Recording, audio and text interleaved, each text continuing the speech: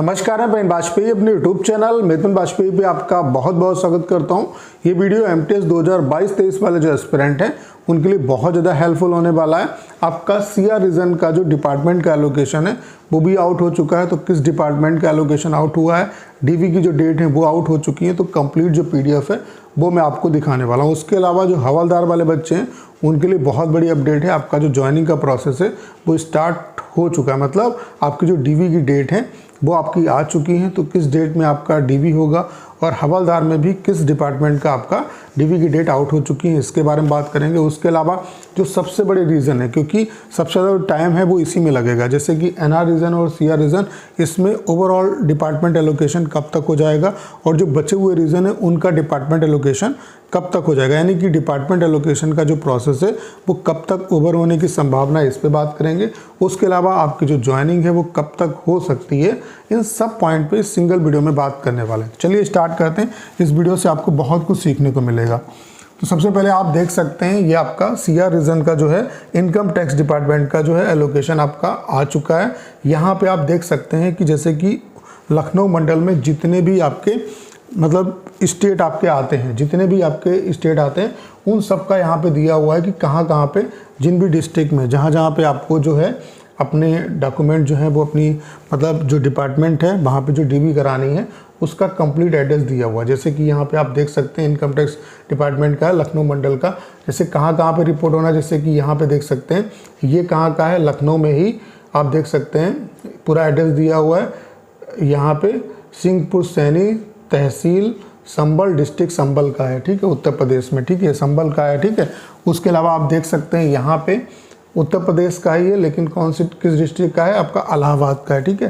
तो यहाँ आपको रिपोर्ट मतलब करना है, ठीक है। आप देख सकते हैं please refer to the subject mentioned above in this regard you are requested to report in this office on 6/11/2023 by 11 PM, यानी कि 6/11/2023 यानी कि 6 नवंबर को आपका डीवी है और यहाँ पे आपको रिपोर्ट करना है, यानी कि आपका जो डिपार्टमेंटल डीवी है उसका प्रोसेस जो है वो उसकी डेट आपकी आ चुकी है और 6/11/2023 को आपको यहाँ पे जाना है। सभी का अलग अलग दिया हुआ है, ठीक है। तो ये आप देख सकते हैं ये इलाहाबाद का है। ऐसे ही जो है ये आपका आप देख सकते हैं ये कहाँ का है, जम्मू बाजार डिस्ट्रिक्ट सिवान का है, सिवान बिहार का है, ठीक है। ये भी आपका लखनऊ मंडल में ही आता है, ठीक है, सिवान बिहार का है, ठीक है। तो ये पूरी लिस्ट आप देख सकते हैं, ये इलाहाबाद का है, ठीक है। तो इसकी पूरी लिस्ट हमने अपने टेलीग्राम चैनल पर डाल दी है, उसको आप ज्वाइन कर लीजिए, वहाँ पे आपको कंप्लीट जो लिस्ट है वो मिल जाएगी। 6/11/2023 को आपका जो डीवी है वो होगा, ठीक है।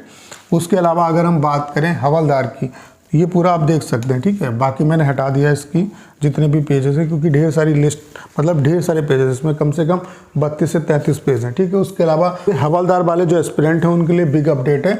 आपका जो जिन बच्चों का डीजीपीएम में सिलेक्शन हुआ है उनके लिए ये इंपॉर्टेंट आपका पीडीएफ है। आपका जो मेडिकल है वो किस डेट से पहले आपको करा लेना है उसके बारे में अपडेट दी है, तो आप पढ़ सकते हैं। इसे कर्मचारी चयन आयोग द्वारा आयोजित मल्टीटास्किंग हवलदार परीक्षा 2022 के सभी सफल उम्मीदवारों को जिनका निष्पादन प्रबंधन महानिदेशालय डीजीपीएम में हवलदार के पद के लिए चयनित किया गया है। हिंदी में पूरा पढ़ सकते हैं, ठीक है। कर्मचारी चयन आयोग द्वारा आयोजित मल्टीटास्किंग स्टाफ व हवलदार परीक्षा 2022 के परिणाम स्वरूप जिनका चयन हवलदार की भर्ती के लिए दस्तावेज सत्यापन और मेडिकल फिटनेस प्रमाण पत्र के संबंध में, यानी कि आपका जो डिपार्टमेंट डीवी है और जो मेडिकल आपका होना है उसके संबंध में ये पूरा लेटर है।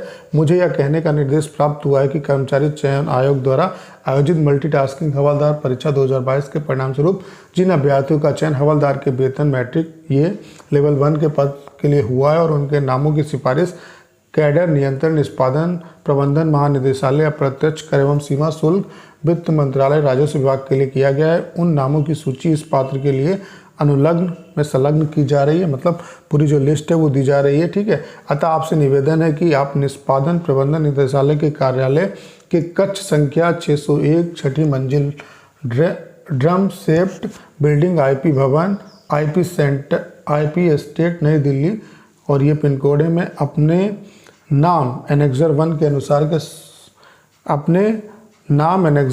के अनुसार के सामने उल्लिखित समय और तिथि पर दस्तावेज सत्यापन के लिए व्यक्तिगत रूप से इस कार्यालय में इस पत्र के साथ संलग्न सत्यापन फॉर्म विधिवत भरकर एवं हस्ताक्षर करके जमा करें। तो आप देख सकते हैं कि DGPM में जिन बच्चों का सिलेक्शन हुआ उनके लिए बहुत बड़ी अपडेट है। ठीक है, इसको पूरा आप पढ़ सकते हैं, इसको भी मैंने डाल दिया। यहाँ पे मेडिकल के बारे में भी इंपॉर्टेंट अपडेट दी है, जैसे कि कब आपको मेडिकल किस तारीख से पहले आपको कराना है। इसके अलावा इसलिए सभी उम्मीदवारों से अनुरोध है कि पूरी तरह से भरा हुआ मेडिकल फिटनेस प्रमाण पत्र प्रोफार्मा जो इस पत्र के साथ संलग्न अनुबंध थर्ड दस्तावेज सत्यापन के वक्त में आपके नाम के सामने उल्लिखित तिथि पर समय पर लाएं। ठीक है, पूरा लिखा हुआ है। दिल्ली में रहने वाले सभी उम्मीदवारों को सलाह दी जाती है कि वे सरकारी सेवा के लिए अपनी फिटनेस निर्धारित करने के लिए मेडिकल परीक्षण के लिए सिविल सर्जन मुख्य चिकित्सा अधिकारी डॉक्टर RS अस्पताल के समक्ष उपस्थित हों। उम्मीदवार को चिकित्सा परीक्षण की नियुक्ति तिथि और समय के लिए 9/11/2023 को या उससे पहले किसी भी कार्य दिवस पर OPD block doctor Ram Manohar Lohia अस्पताल नई दिल्ली में सुबह 8 बजे रिपोर्ट करना चाहिए। ठीक है, उसके अलावा दिल्ली से बाहर जो बच्चे हैं उनके लिए भी दिया हुआ है। दिल्ली से बाहर वाले जो हैं उनके लिए भी दिया हुआ है। दिल्ली से बाहर रहने वाले सभी उम्मीदवारों को सलाह दी जाती है कि वे सरकारी सेवा के लिए अपनी फिटनेस निर्धारण करने के लिए चिकित्सा परीक्षण के लिए उस जिले के सिविल सर्जन प्रधान चिकित्सा अधिकारी CMO मुख्य चिकित्सा अधिकारी के समक्ष 9/11/2023 को या उससे पहले किसी भी कार्य दिवस पर उपस्थित हों जहां उम्मीदवार वर्तमान में रह रहे हैं। ठीक है, उसके अलावा आप पढ़ सकते हैं सभी उम्मीदवारों को चिकित्सा अधिकारी की उपस्थिति में संलग्न प्रपत्र में अपने स्वास्थ्य के संबंध में एक बयान और घोषणा देनी होगी। दस्तावेज सत्यापन के समय सत्यापन प्रपत्र के साथ मेडिकल जांच रिपोर्ट और मूल घोषणा पत्र प्रस्तुति, ये पूरा यहाँ पे पूरा लेटर है, इसे आप पढ़ सकते हैं। तो जो हवलदार वाले बच्चे हैं उनके लिए भी ये बहुत बड़ी अपडेट है। ठीक है, तो CR रीजन वाले और हवलदार वाले जो बच्चे हैं उनके बारे में आपको पता चल गया। उसके अलावा जो NR रीजन और CR रीजन, क्योंकि क्या होता है कि जिस रीजन में ज़्यादा बच्चे होंगे वहाँ पे ज़्यादा टाइम लगता है। NR और CR में ज़्यादा बच्चे होते हैं इसलिए यहाँ पे ज़्यादा टाइम लगता है। बाकी आप देख पा रहे होंगे छोटी छोटी रीजन है उनका डिपार्टमेंट एलोकेशन आ रहा है। ठीक है, और भी जो बचे हुए रीजन है उनका भी बहुत जल्द आ जाएगा। मैक्सिमम जो टाइम लगेगा वो NR और CR वालों को लगेगा, लेकिन ये उम्मीद है कि ये आप मान के चल सकते हो कि इस महीने में सभी का हो जाएगा डिपार्टमेंट एलोकेशन, चाहे वो NR CR हो या जितने भी रीजन जो बचे हुए हैं। उसके अलावा किस किस का आ चुका है, जैसे कि KKR रीजन का आपका आ चुका है, उसके अलावा MPR रीजन का आपका आ चुका है। ठीक है, उसके अलावा WR रीजन का आपका आ चुका है। ठीक है, उसके अलावा NER जो रीजन है इसका आ चुका है। तो ओवरऑल जितने भी रीजन है उन सभी का जो डिपार्टमेंट एलोकेशन है वो इस मंथ में आपका सभी का डिपार्टमेंट एलोकेशन हो जाएगा। और डिपार्टमेंट एलोकेशन होने के बाद SSC का काम खत्म, वहाँ से जो प्रोसेस है वो स्टार्ट हो जाएगा डिपार्टमेंट का। और डिपार्टमेंट जो है आपको अब क्या हो रहा है कि आपका डिपार्टमेंट DV और अटेस्टेशन फॉर्म एक साथ वो भेज दे रहे हैं। ठीक है, तो आपको सारे डॉक्यूमेंट लेके डिपार्टमेंट में जाना है, अपना DV कराना है और उसके बाद फिर क्या होगा, कुछ टाइम के बाद वो ज्वाइनिंग लेटर इशू करेंगे और उसमें डेट मेंशन होगी कि आपको इस डेट पे जो है वो ज्वाइनिंग करनी है। ठीक है, तो ज्वाइनिंग में अगर हम बात करें तो मिनिमम आप ये मान के चलो कि 2 महीने का तो टाइम आपका लग जाएगा। यानी कि आप ये मान के चल सकते हो कि जनवरी से जो है प्रोसेस इसका लगभग जनवरी या फरवरी में ज्वाइनिंग आपकी हो जाएगी, ये आप मान के चल सकते हो। ठीक है, जनवरी आपका मिड से आपकी जो ज्वाइनिंग का प्रोसेस है वो स्टार्ट हो जाएगा। जनवरी फरवरी में ज्वाइनिंग ऑलमोस्ट इसकी करा ली जाएगी। ठीक है, तो उम्मीद करता हूँ कि सारी जानकारी आप अच्छे तरीके से समझ पाए होंगे। करना क्या है, इस वीडियो को ज़्यादा शेयर करना है। उसके अलावा अगर आप चैनल पर नए हैं और आपने अभी तक इसे सब्सक्राइब नहीं किया है तो प्लीज़ चैनल को सब्सक्राइब करना मत भूलिएगा।